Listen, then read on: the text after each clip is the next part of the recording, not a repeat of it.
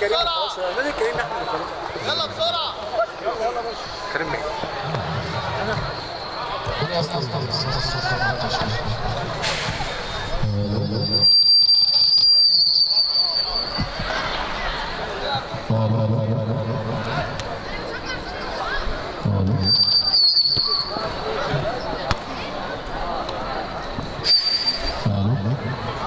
صح؟ صور ولا احمد حاجه صور حلو بس صور مهم صور كويس بس بقول لك ليه بقى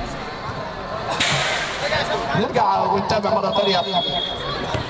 بسم الله الرحمن الرحيم. عايز مرة ثانية لتاني لقاءات اليوم في دورة الجزيرة ومباراة اليوم ما بين فريق سكوبر إن شاء الله نتمناها مباراة ممتعة ومثيرة في ملعب المباراة تشكيل الفريق اللي عندهم.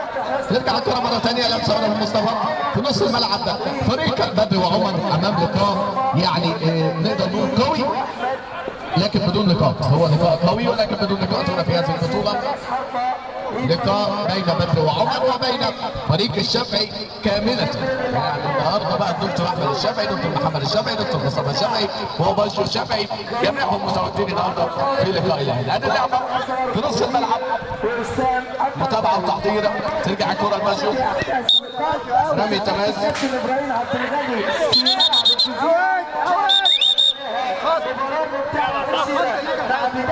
عود على بشر الصورة هناك بس هنا كرة ترجع مرة ثانية فايز. يا مصطفى عايز يعدي في النقطة الماضية. متابعة وتحضير لسه معاه الكورة يلعب كورة تصل بكورة يديك الأفضلية. اداك الأفضلية حكم اللقاء اللي هو انا يديك لك الأفضلية. كرة ترجع مرة ثانية لمصلحة فريق الشافعي في هذا التوقيت. لمسة عن طريق أحمد. هذا الانطلاقة هذا المتابعة عايز يعدي. عدى الولد عدى الولد عدى الولد عدى الولد هون التسديدة وكرة إلى رمي التماس هنا في اللعبة الأخيرة. لمسة من أحمد سونيك يلعب نقلة. محمد الشافعي يلعب التمريرة يوصل مرة ثانية سونيك. هذه التحضيرة هذه التحضيرة التسديدة وتصل الكورة إلى مرمى ركنية. عبد الربيع بيسخن مش عارف إيه بس هو بيسخن يعني.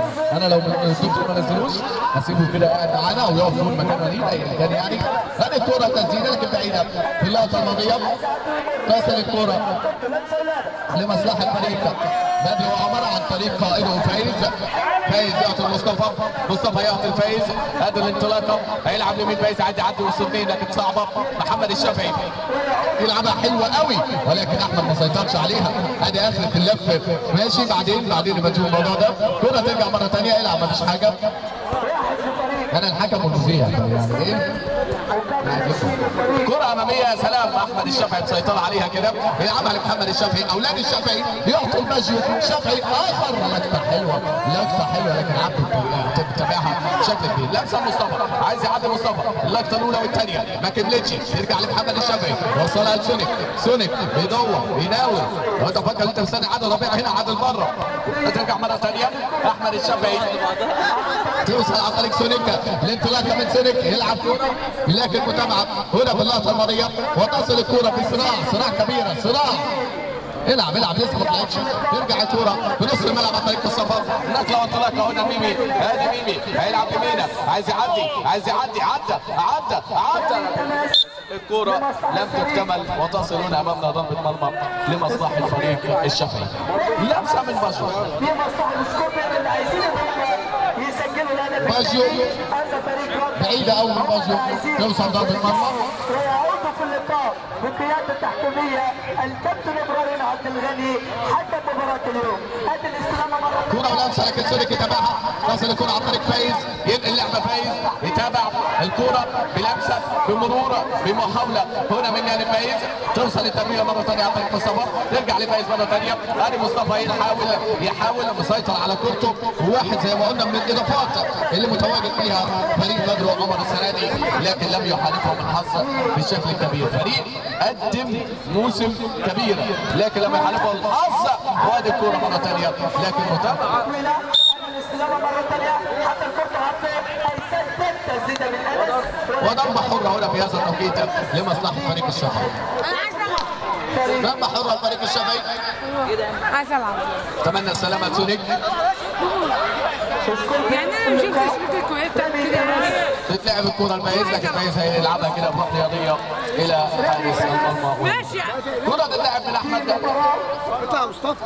لمسة متابعة. تصل الكرة هنا عن طريق أحمد الشافعي. تتلعب الكرة مرة ثانية. نقلة عن طريق سونيك. احمد علاء. لا شيء في هذا بقول لك احمد علاء يا احمد. كرة تتلعب مرة ثانية محمد الشافعي. مصلحة فريق سكوتر في اللقاء. سجل اللاعب عبد الطاهر مع اول بدايات قدر انه هو يفتتح. كرة ترجع لمسة هنا من جانب مصطفى. لمسة من فايز. عايز يعدي يرجع بكورته. تقديم من تاني. هدوء للملعب للحظات. يهد الملعب كده على فترات في بحث بإمكانية تسجيل ولكن ما زالت الكرة هنا أمامية. لمسة بمتابعة معدية. تصل الكرة باجيو يعطيها لزنادة. هذه لمسة لكن مصطفى يتابعها. توصل الكرة بمتابعة هنا في اللقطة الأخيرة. هذه كرة وانطلاقة هذه اللعبة يعني بعيد شوية على فايز لكن يلحقها فايز يتبعها بتسديدة قوية من جانب فايز في اللقطة الأخيرة لكن الكرة تصل إلى طريق حارس المرمى. هذه كرة ثابت في وسط الملعب. باجيو بيلعب النار. هون الهدف الأول هنا عن طريق فايز يسجل. باجيو يلعب بالنار. خطأ دفاعي في اللقطة الماضية وادي فايز يسجل الهدف الأول لتصبح النتيجة 1-0 لمصلحة فريق بدر عمر هنا في اللقاء الأول. كرة ترجع لمسة بالمتابعة تصل هنا أمامنا عن طريق لاعب الشافعي. باجيو في التحضير. محمد الشافعي بالسيطرة. ترجع لمناطيل باجيو. هذا الانطلاقة يتابعها أحمد علاء لكن صعبة في اللقطة الأخيرة وتصل الكرة إلى رمي تونس. حاولوا يرجعوا في اللقاء فريق روندب في مباراة روندب وسكوربين وتقدم فريق سكوربين بهدف وحيد مقابل لا شيء حتى الآن. ولكن حارس المرمى كرة من مصطفى يمنع التسجيل. يلعب كرة مرة ثانية يمين لكن متابعة بالدفاع. وتصل الكرة رمي تماس لمصلحة فريق رمي تماس. لعبت الكرة مرة ثانية. هذا تحضير من طارق خطأ تسديدة لكن الدفاع خطفوها نتيجة فريق سكوربين في اللقاء. الكرة مرة ثانية. خطفوها حكم اللقاء واللاعب ما فيهاش حاجة. لسه الكرة موجودة في وسط الملعب ولكن خطفها الدفاع إلى حارس المرمى دولة. حبيبي يا محمد تسلم يا غالي. خلاص هبقى اكلمك قبلها واقول لك عليها وانت لمصلحة حبيبي يا محمد. عمر يحصل على انذار وقف الحران لتأكيد الفريق. سكوربين المتقدمين انا ولا بره يا دكتور؟ مقابل لا شيء حتى الآن. انت طب تحكم عين اللاعب محمد حكم. هو ضايع خالص. للدرجة دي سمعته بايظة. هذه الكرة مرة كرة ترجع مرة ثانية. يا ولد يا باجيو هدف حلو قوي من جانب باجيو من زمان يا باجيو من زمان انتهت بمثل هذه الاهداف. كان فين يا باجيو الكلام ده مع لابتوب سنتر؟ كان فين يا باجيو الكلام ده مع لابتوب سنتر يا باجيو؟ يا باجيو يا 1-1 سيد الحكم. 1-1 سيد الحكم. ولا يوجد انذارات ولا بلانتيات وكان الاداء مش 100. ولكن تمر كرة ترجع من بيته. والمعنى اليمني لما كم يوم بزي موحد في ملعب المباراة وفي حماسة. لمسة هنا لمحمد الشافعي. انطلاقة محمد الشافعي. عبد المصطفى دكتور 10 دقايق. كابتن بوبو ما جاش وبعد كده حد من كانوا متحكمين. بعد كده حد من مصطفى الماتش ده وانت جاهز الماتش الثاني. هو الماتش الثاني شمس واصدقاء حمزه حمدي شرقي 23 دقيقه بس شوط واحد. وولز فريق فيليكس انا بشوف الصور طلعت حكمين. ولا كابتن بوبو بلاش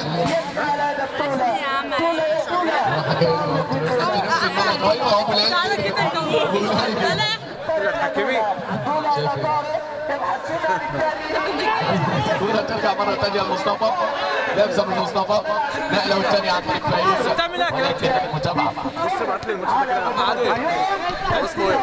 ابعت لي محمود كورة ترجع مرة ثانية، متابعة هنا وإمكانية لتسجيل الثاني تسديدة. ممكن نازل في شوط تاني نزل الماتش التاني لحق معاه. عجبني في حكم اللقاء انه رايح بتمشى قدامها شويه يمين شويه شمال.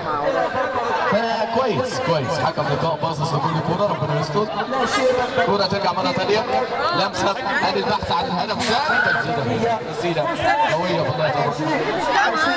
حكم بشبشب، هو ما تسجلش لسه، الحكم ما تسجلش لسه، ما جايب الشبشب، عارف ده لو اتسجل هتلاقي جاي بقى بالستارز ومزاجه عينه. ايه تسلل ده ولا ايه؟ ده تسلل طيب ولا ايه؟ لا انا اللي مستغربه رقبه الايد، سيبك من الصفاره. لا كابتن بيمو عبود هيغطي عليك. ها؟ عبود هيغطي عليك. يعني انت عبود عادي والفريقين هم اللي تعبانه وعيب مالكش دعوه بالكلام ده. مستني. لا ده ماتش يحبه. ما انا بقول كده. انا هناك اتاخرت قلنا نبوظ الدوره عشان الفرقه ما جاتش يعني؟ مين بقى؟ يلعب يمين انس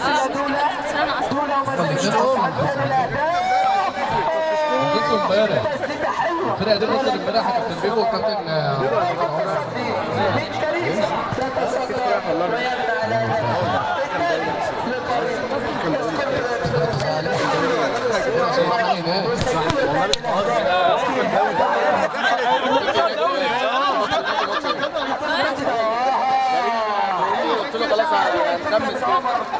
قلت له هخمس معاك كده ماتش لحد ما اللي خلص منه قوي. بتنزل انزل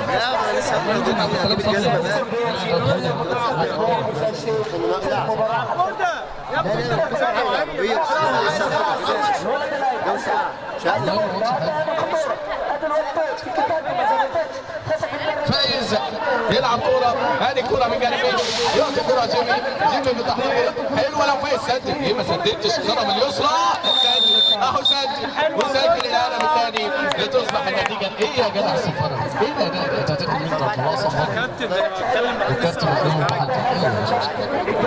واضح ان الاسلام لسه ما جابش الاكل، الاسلام شكله لسه ما جابش الاكل. 2-1 فرقه الشافعي مهزومه 2-1 حتى في الويت. حمو بص يا محمد ولا في سلك بس واقع هاته. كرة لاحمد علاء. لا بتاع الشاحن، لا بتاع الشاحن ده في شاحن كده. ايوه واحد عنده بقى عنده توصل للاخر هات كرة ترجع لاحمد علاء. ما شاء الله مسامح يمسى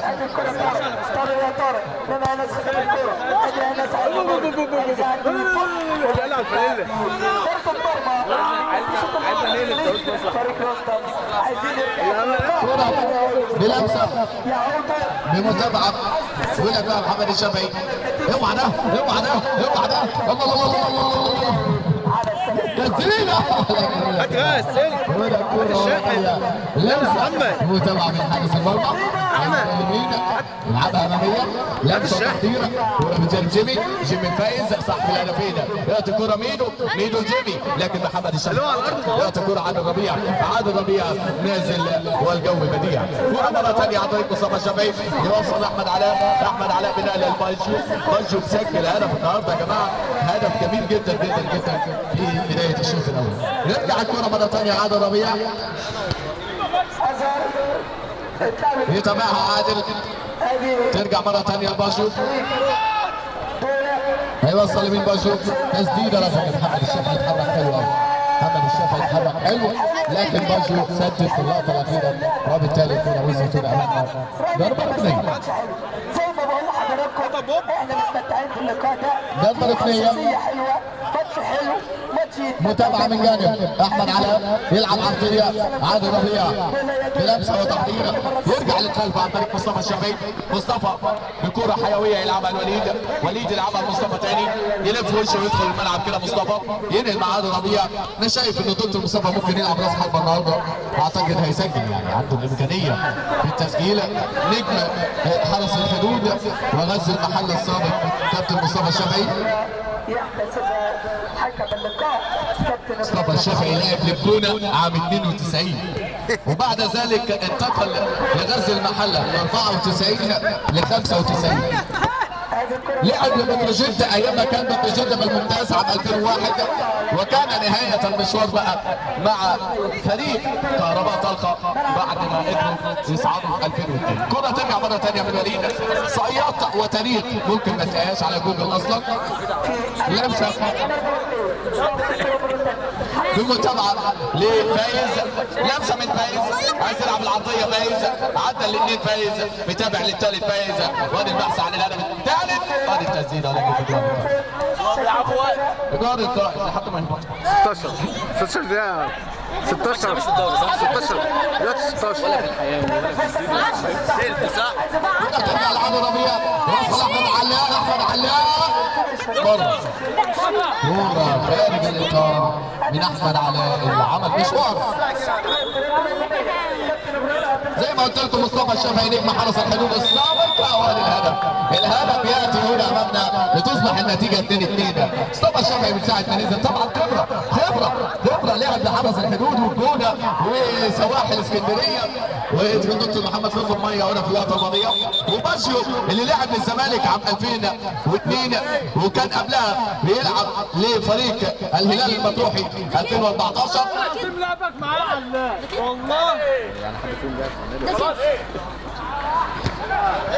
اما الكابتن محمد الشافعي فلعب لفريق الجونه عام 82، وبعد ذلك انتقل الى سموحه في يعني انتقال حر كده كان على اثاره، لعب معاهم موسمين حقق من خلالها الدوري الممتاز، وبعد ذلك في ملعب اللقاء. لا مش دي الفكره، التكاتة كلها كلهم ده كتور اللي عايز يلعب، لو معاك فانيلا بره.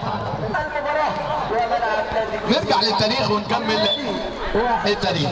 باشيو بامكانيات بقى زي ما قلنا فريق الزمالك، لعب للزمالك عام 2001 وكان قبلها مع منتخب مصر الاولمبي وتحت قياده الكابتن شوقي غريب، وطبعا باشيو كان غريب عليه شويه لكن بيتابع معاه. هو بلانتي بيحسب حكم اللقاء اللي ما حدش عارفه غير انا والراجل اللي واقف جنبنا كابتن عبوده، يعطي بلانتي في هذا التوقيت لمصلحه فريق فايز هنا في هذه اللعبه والبحث عن هدف ثالث. هتنظروا ليه؟ يا عبوده بصه واحده من حكم اللقاء سكتت الملعب كله ما شاء الله. كوره وتسديده الهدف الثالث هنا لمصلحه فريق بدر وعمر. حكم اللقاء داير باجوات يعني تحكيميه رايقه لحد دلوقتي. يا ضربة جزاء كده انا كده معاك. اسال دكتور مصطفى قول له هبطتم، قال لك انهي الشوط ما قالكش هبطتم بيمثلنا شويه. دقيقتين وقت محتسب بدل المضيعه من زمن احداث الشوط الاول، وادي الفرصه هيقع وقع، ولكن الكره هي اللي سجلت هدف ووضع الهدف الثالث هنا في هذا التوقيت. ايه رايك يا كابتن اسلام شمس عبوده حكم اللقاء النهارده؟ اتمنى يكون قايم بالواجب في اللقاء الاولى. اسلام شمس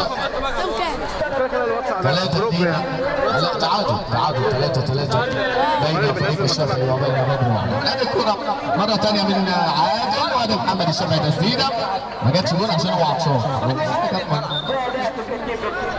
دي الشوط كان زمان جول. ولسه بقى هكاوي هنحكيها عن الكابتن احمد الشافعي لما ينزل. انتقل ايضا لعده انديه هنحكيها ان شاء الله، نشوف كيس الانديه اللي ما قلناهاش هو يبقى متواجد فيها. عادل ربيع ما لعبش في ولا نادي، ويا دوب جايبينه النهارده كده يمشي معانا اللقاء. ادي باشو بقى نجم الزمالك يلعب لمسه لكن ما كملتش. عايز يتكلم شويه ورا الجول. هذه احمد علاء نجم السكه الحديد ايام ما كان ما فيهاش حديد. ترجع الكره مره ثانيه. لمسه من مصطفى الشافعي نجم سموحه. زي ما قلت لك سموحه تم تاسيسه عام 1954. كان دكتور مع مصطفى الشافعي بيلعب في سموحه 96 وبعد ذلك انتقل للجونه. هم قريبين من بعض يا دوب مواصله واحده بين سموحه والجونه. فالدكتور قال لك ما تروحش بعيد خليني على السواحل. لعب معاهم وبعد كده حرس الحدود وكلهم برضه على سواحل اسكندريه ولعب لابو قير ولعب لعده انديه جماعه في اسكندريه عشان هو تقريبا عنده شقه هناك وبالتالي قال لك يبقى كله قريب من بعضه. كره ترجع مره ثانيه لمسه من متابعه هنا عادل ربيع اللي زي ما قلت لك عادل بيلعب في دورات رمضان. فقط وانا حكم اللقاء يعني احداث الشوط الاول حس ان انتوا هبطتوا شويه فقال لك عده انديه ده باجيو له احصائيه حلوه قوي. مسجل تقريبا في حياته لعب الاول 800 لقاء. مسجل في ال 800 لقاء دول 534 هدف وعامل 15 اسيست. مش عارف دول طلعوا فين في 534 هدف لكن مش مشكله. 15 اسيست من جانب باجيو. دي الاحصائيه اللي شفناها له على موقع كره الشافعي اللي طبعا فرقه الشافعي هي اللي عامله الموقع وبالتالي بيتابع معاهم. انا عادل ربيع على فكره خلاص الخط الابيض. اما دكتور مصطفى الشافعي فعملنا له احصائيه بالنسبه لعدد الاهداف والتسجيل. وقت ما كان بيلعب راس حربه في نادي سموحه لعب 30 لقاء سجل فيهم 45 هدف. كان معدي احصائيات هالاند الحقيقه ولكن التاريخ ما ذكرش كل الاهداف. في اهداف كانت تسلل بس احنا كنا بنعديها وبالتالي التاريخ لم يذكر هذه الاهداف. الناحيه الثانيه بالنسبه لدكتور محمد الشافعي وهو في المنطقه الدفاعيه كان محقق 14 كلين شيت من 15 لقاء. هو لقاء واحد بس اللي جه فيهم وخسروا فيه الدوري. انا احمد علاء ادي النجله انا باجيو يا باجيو 600 هدف كده. باجيو ما عدى 600 هدف في مسيرته الكرويه. باجيو يسجل هدف في هذا التوقيت لتصبح حصيله اهدافه في 34 سنه يسجل الهدف ال 600 لتصبح النتيجه 4-3 لمصلحه فريق الشافعي. 4-3 لفريق الشافعي. كوره من جانب ميدو يلعب الكوره من جانب مصطفى يرجعها لميدو من ثاني لفايز. فايز يلعب كوره وادي اللعبه خطيره خطيره خطيره. يا سلام يا وليد ده بقى كان بيلعب في فريق بلديه المحله ل6 سنين وبعد ذلك انتقل الى فريق بتروجيت واصبح لديه 14 كلين شيت حارس المرمى في مسيرته. نتمنى له كل التوفيق ان شاء الله.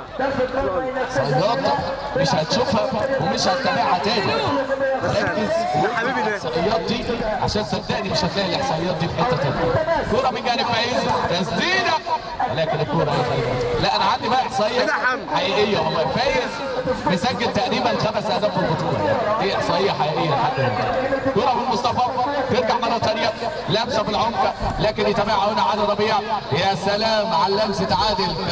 كان فين جاي تلعبها وانت بتعتزل. كوره ترجع لمصطفى الشافعي ولكن هنا المتابعه من الدفاع. تقريبا ماتش الاعتزال عادل هيكون بعد اسبوع فنتمنى ان يكون لسه يعني عنده الصحه ان هو يجري ويلعب ان شاء الله ماتش الاعتزال. كره ترجع مره ثانيه. احمد علاء اعتزل بس جايبينه النهارده كده يمشي الماتش لكن هو معتزل بقاله اسبوعين من ساعه ما حماته قالت له يلا عشان نجهز النيش وبالتالي من ساعتها هو معتزل. احمد علاء نجم فريق الشافعي اللي بيلعب النهارده يا دوب خبره كده على قد ما يقدر. مش عارف جايبينه الفلاحين منين بس كوره ومتابعه لمصلحه فريق بدر وعمر اللي الحقيقه والله قدموا لقاءين اقوى لقاءات البطوله لكن لم يحالفهم الحظ. قدموا لقاءين من اعلى لقاءات البطوله. سيبك من لقاء النهارده تحسين حظ لكن قدموا لقاءين الحقيقه لكن لم يحالفهم. كره ترجع مره ثانيه لمسه من احمد علاء اللي زي ما قلت لك خلاص كرويا جاب وانتهى. ضربة مرمى. شوف يا ابني اشاره الحكم ولا كانه بيلعب في سباحه وهو نادي على العيال. تعالى يعني اشاره ضربة مرمى بالطبع بشكل لا حلوه نقطه وللتسديد بعيده في اللقطه الماضيه وترجع الكره لصالح فريق الشافعي. 4-3 حتى الان وادي الكره من باجيو عرضيه وادي اسيست جديد. احمد علاء قال له كفايه ال 15 اسيست فمش هسجل لك الجول وبالتالي ضيعها احمد علاء. اللقاء القادم اموره ايه؟ يا ترى يا احمد يا شمس امام شين شراج لقائك وترتيب الاوراق وترتيب الامور لا خلاص انا ليه؟ كنا ترجع من فايز اول مره يسدد باليمين، اول مره يسدد كوره باليمين دلوقتي فايز. عنده باور، عنده باور كروي كبير قوي فايز، يعني ما يكفوش البطوله حتى. كوره لابسه من فايز، يا سلام يا سلام يا سلام يا سلام لو كانت كملت، يا سلام لو كانت كملت في اللقطه دي. ادي يا ابني لمحمد الشافعي، محمد الشافعي زي ما قلت لك عده انديه لعب لانبي، وكان وقتها فتره انتقاله ب 35,000 جنيه لان ما كانش فيه ملايين وقتها بتلعب.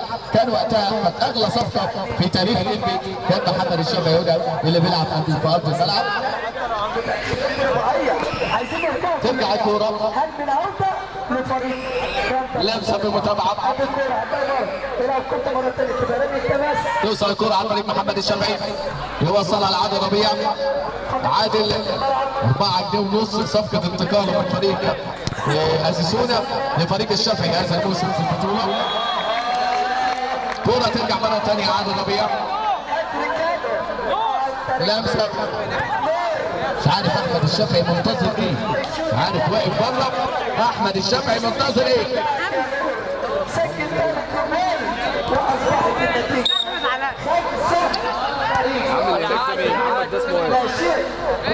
مش عمك اللي هناك في المنطقه ده اسمه محمد. ده مين؟ بس انت هتلخبطني، ده انا حافظ اساميك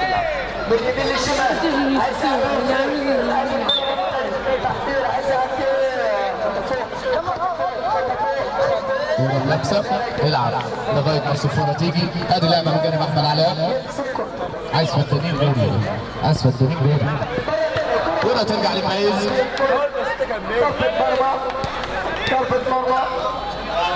هي فكرتها حلوه اداء الشيخ ولكن ميدو ما طرحهاش.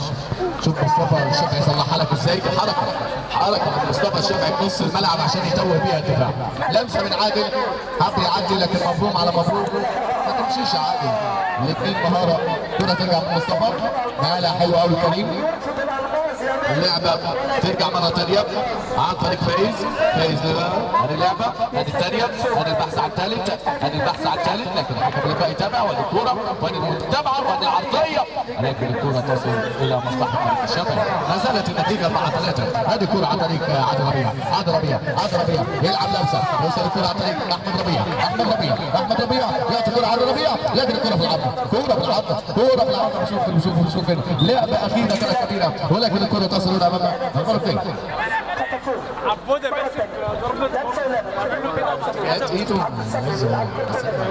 ده الشوط الثاني ولا الاول؟ ايه؟ الثاني؟ يا ترى كابتن محمد مصطفى الشافعي بقى ينزل اللقاء النهارده تشوف متابع واحد من الهدافين الكبار، كان بيلعب مع فريق عنده 4 سنين وكان مسجل فيها تقريبا 40 هدف. بيجي هدف محمد مصطفى الشافعي في لقاء مع فريق تقريبا فريق مواليد 2022. كرة من احمد علاء،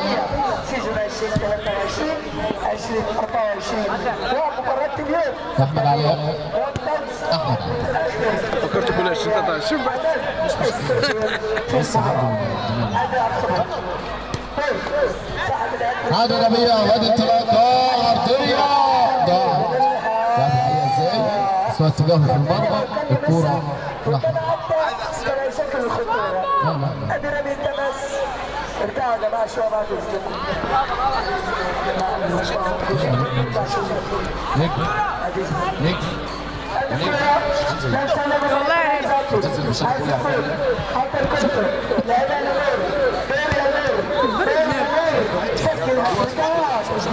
انا عارف ان اسمه كده. بيقولوا لك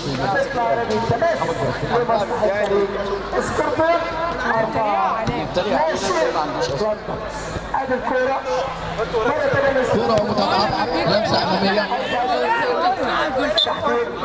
كرة الكوبية حيث اللي هم يرجعوا في اللقاء ولكن تطلع لمسه مصطفى ينقل الكوره متابعه من دفاع فريق الشافعي، تصل الكوره على فريق مصطفى بحركه بس ما كملتش، هو عايز يعديها كده بطريقه من غير ما يلمسها، لكن يا ولد يا مصطفى يا ولد يا مصطفى يا ولد يا مصطفى بيسجل هنا مصطفى الهدف لتصبح النتيجه 4-4. تعادل تعادل في اللقطه الاخيره. بعت لي ولا ده ابن عمك بعت لي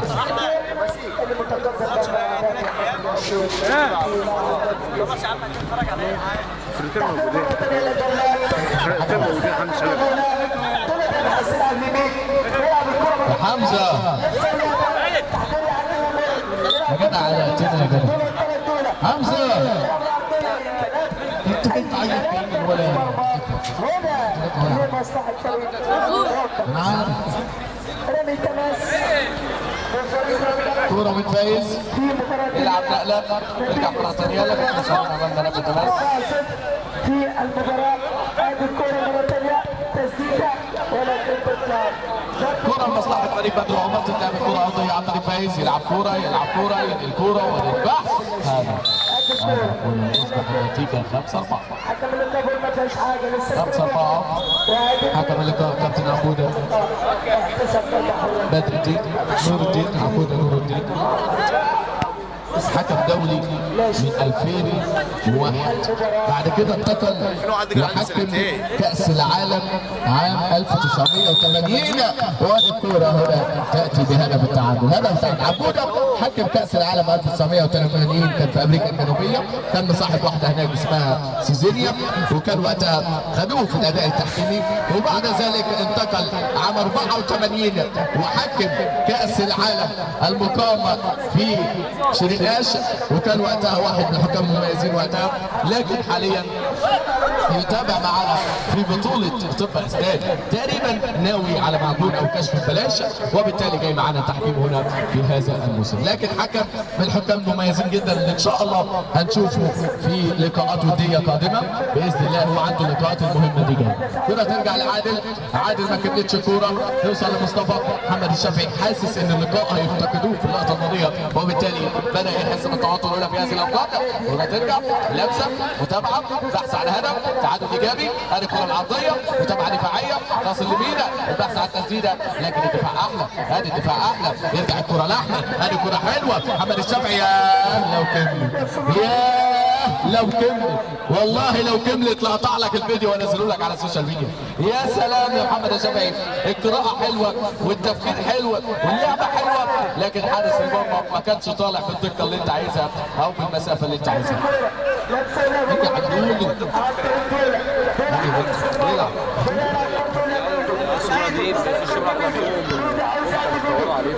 صعبين رايحين